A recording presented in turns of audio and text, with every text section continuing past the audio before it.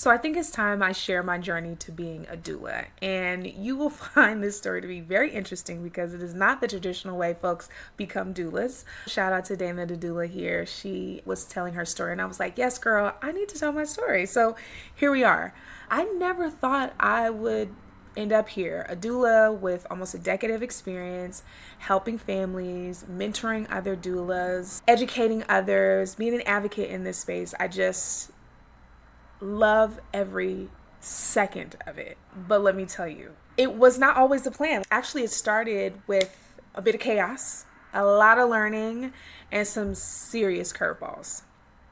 I have a 17-year-old, I also have a 2-month-old. I was a single mom raising my son, who is 17 now. He'll be graduating high school in a couple months. I didn't know what a doula was because that wasn't the term my family used for it. I had grown up second and third generation on my mom and my dad's side of birth workers. We didn't call it that. It was like midwife or somebody helping you with birth. That was something that was just happening all around me. So when I had my son at 20 years old, it was expected that someone would be there during pregnancy, during labor and delivery, and even in postpartum. It was to be expected. But when I had him, I recognized that that was not the case. I was just absolutely wrong. I remember talking to someone like, yeah, like my family was there, my dad was there, they helped me do this, helped me do that. And people are like, what? I never have experienced that. And continue to support my other friends that had babies and people that I knew that were birthing, just kind of like I had learned by proxy, right? Being around that space. I had a career in tech. Before that, I was in cell phone sales. It was a really great time to be in tech. It was super innovative. And my through line has always been people. I left big box cell phones. My last job, I was in cell phones. I was Samsung. I worked for Samsung as a territory manager. Then I switched over to tech. I was a facilities manager for a really big ad agency in San Francisco. And then I switched over into being an EA based off the recommendation of this amazing EA there who had been at that organization for like 20 years. And then I was the chief of staff. And then I was in HR spaces and people and culture and in full cycle recruiting. And then I went back to people and culture. And that's kind of where my career was, my 9 to 5. But where things came, that specific moment that changed everything was my god baby, Ajani. My best friend had him 6 years ago now, or 7 years, I forget, 6 or 7 years ago now, and being there for his birth and really supporting for her in postpartum. And I knew exactly what to do. It came like second knowledge to me. I was coming from the hip. I was as supportive as I could be during her pregnancy and in postpartum and being there to support her in birth. Although her mom was her amazing birth doula, I was just there to witness greatness. And so I decided in that moment, like, okay, I'm ready to take this on one. Even though I had been doing it on and off and supporting people here or there, that was the moment. And so for the next couple months, I was like, okay, I'm going to do some trainings.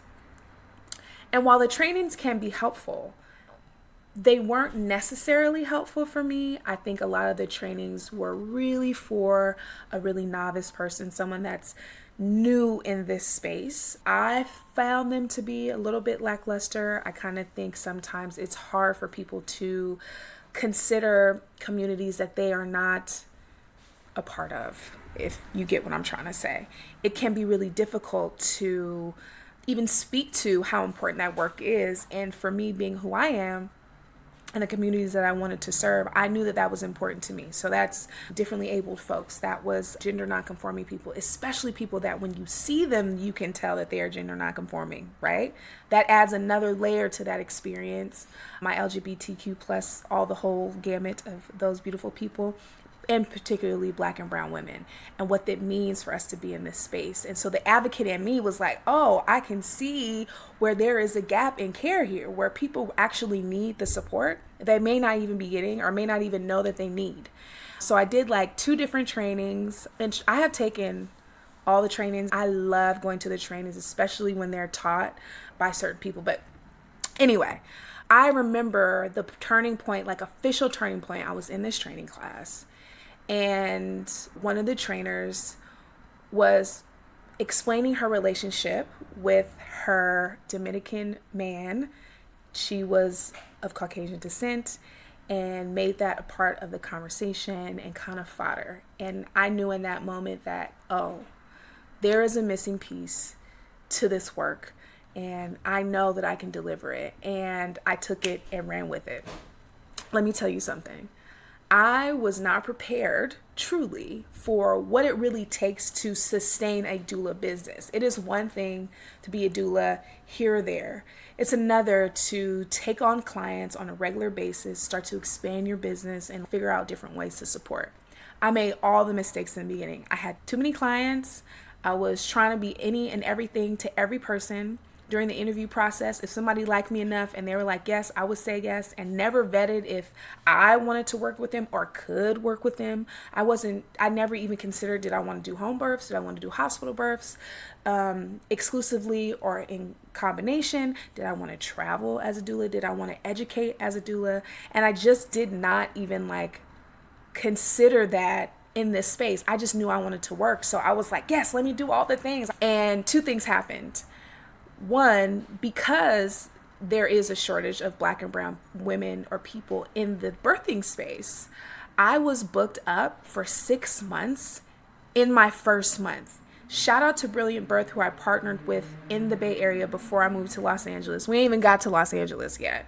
Who allowed me to work with them, and I was able to get clients through them, and I started to get into a really good flow and practice of how to support families. I made mistakes. One time I had birthed 3 babies within a 10-day period. When I tell you, so tired. That was the first time I had stayed up for 48 hours in one baby. The other baby, the baby came like that. I was rounding the corner and she was literally, baby just flowing right on out. And I kind of knew that was coming because she was really on it with her yoga and Pilates, and she was lifting weights. She was one of those. And then my other birth was just one of those ones where I go into the room, and this is the first time I really had to advocate for someone. Their baby had a cleft lip. They were at this hospital in the Bay Area, and they were treating my client as if she was a high-risk pregnancy, and she was not. She was otherwise healthy. We all know cleft lips come, that's fine. They weren't sure how severe. You never know until the baby was born. But the way that the nurses were treating her when I got there, no. I literally was our goal was, we don't talk about time. We're going to get through as much as we can, and if we can avoid the epidural, we will. The moment she tells me she's ready to get an epidural, but we are going to push through. When I tell you, the nurses kept asking her, did she want an epidural? Telling her, you've been birthing for too long. Literally, she had only been birthing for 8 hours. I promise you it's not, especially to not have been in active labor that whole time. She came in, she was pretty dilated. I think she was dilated about 3 or 4. Active labor started a little while after. Then I show up at the hospital to meet them, and I was like, absolutely not. So we're sitting there, we're laboring through, she's bearing down, she's doing the things, and the nurse keeps coming in, and I was like, check this out, we're not about to keep talking about time. Well, we need to call the doctor, and I said, call whoever you need to call, but stop asking her about the epidural and stop talking to her about time. It has not even been 24 hours, and you are worried about the wrong thing, right? And I was like, no. So I grabbed her hand, and we joined hands like this, and I said, listen, we're going to get this baby out, you're going to be good, and we're going to do this. Okay. And she was like, okay. She's laying on her side. She was like, I feel a lot of pressure. And I was like, reach down. Can you feel the baby's head? And she was like, no, but I feel a lot of pressure. And I was like, where do you feel the pressure? So she's telling me where she feels the pressure. She was like, I feel this urge to push. And I was like, mind you, the nurse went to go call the doctor to see if they have to induce. She's in active labor. We are locked in. We looking at each other, and she's like, I think I feel the baby coming. And the nurse looks, and she's like, oh my God, I can see the baby's head. And she was like, I can't hold it now. I was like, you don't got to hold anything. Just keep breathing. Just keep breathing. Stay focused. Don't just drown out all the noise. And when I tell you, we were locked in. We were this close to each other. And that little girl came right on out. She was healthy. She was crying. The doctor was been in the corner as she was coming on out. No epidural. I think she might have started to get the gas mask, but I don't even think we got a chance. We did use it. We did use the gas mask for a little bit. but no epidural. That baby was out in no time. And that was the moment that I was like, okay. Like my god baby, that was another moment, but that was the pivotal moment that like really catapulted me and held me in. 2 years later, she called me again, and I was her doula again. And I just feel like that was the one that I remember so well because of how much I had to advocate. And as doulas, you kind of don't want to, because you don't want to get kicked out of the hospital room. But at that point, I realized my job was more than just holding hands and just telling people it'll be all right, or being afraid that someone's going to get a C-section and working to just not get a C-section. That was the moment that I recognized that there's so much power in this work. There's so much power in what we could do and how we could support people. And I was like, okay. So I got my website. I learned how to use Facebook ads. I created a group on Facebook, and I just took off from there. Fast forward to 2 years later or 3 years later, I was like, man, I'm really ready to take a break. But I felt like I had too many clients, too many people needed me.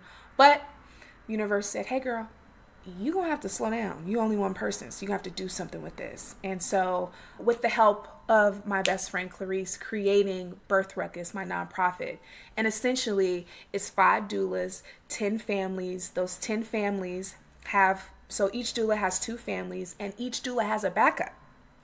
And while I'm doing a robust childbirth education class for these families who would otherwise not have a doula or really didn't know what a doula could do for them, partnering them with the doula, and the doulas would have myself or my partner to help them talk through one-on-one and in group sessions. So not only are these doulas that have gone through training bridging the gap, we're bridging the gap for them in training to their career, but also connecting with them with people, because most of the time people don't want to hire doulas that haven't had experience, but you can't get experience if nobody wants to hire you. So each of my doulas from that program at Birth Ruckus actually had the opportunity to experience birth. I think out of the 10 families, we had 1 set of twins, and that was a C-section, and then another C-section. And even in those C-sections, they were informed, they had a really great birthing experience. And I think that's another reason why I talk about C-sections in the way that I do. I do think that C-sections have been happening way too often. We're scaring people into all these interventions. And sometimes your baby decides that that's how they want to be birthed. And hear me good. Birth is birth. Full stop. You grew a whole human, and how they come into the world is how they decide. We just on baby's time. And so coming out of that experience as an educator and a mentor to other doulas, I was like, okay, this is where I'm at. This is what I want to do. And I was also still have my own clients. And so in 2023, I was like, okay, this is my time to officially take a break. I'm going to take a break, and I'm going to let other people be doulas. And it was only supposed to be for a couple of months. So one of my clients that I was working with through their fertility journey got pregnant finally, and they were like, Andrea, we need you as our doula. And I was like, okay, y'all, I'll do it, fine, whatever. And so we're working together, we're continuing our relationship, and then I find out that March that I was pregnant with my second baby, who is almost 3 months now, and their baby was due in May. Thank goodness for my backup doula, Clarice. Shout out to you. Love you to the moon and back. Just to rewind a little bit, when I ended birthing in September of the year before, I had the same thing happen to me that happened in the beginning of my journey, where these babies came in the same week. Now, that wasn't because of bad planning. It's because I had a baby that was 5 weeks early. I had a baby on time, and then I had a late baby, and they all came within a 10-day period. I was almost resentful in that moment, like, what the fuck?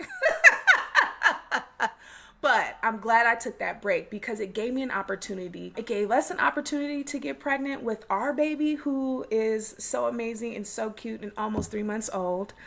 And, fast forward to where we are. This journey has not always been baby cuddles and happy tears. There have been hard moments, the sleepless nights, the not being sure what's going to happen, the scary moments, advocating for clients and systems that always don't get it, or balancing my own family life while also showing up 100% for others. Also really trying to take stock of how I actually feel in this moment, because it's really easy to lose yourself in how you support others, because it's easier to support others than it is to support yourself.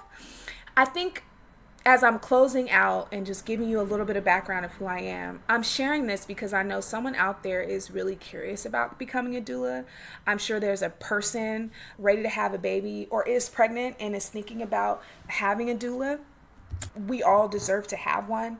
Trust me, it's messy, it's magical, but it's worth every second. Even if you don't plan to be a doula, there is someone out there that is ready to support you as a doula. As magical as this is, we have to share this information. I hope one day that we don't need doulas.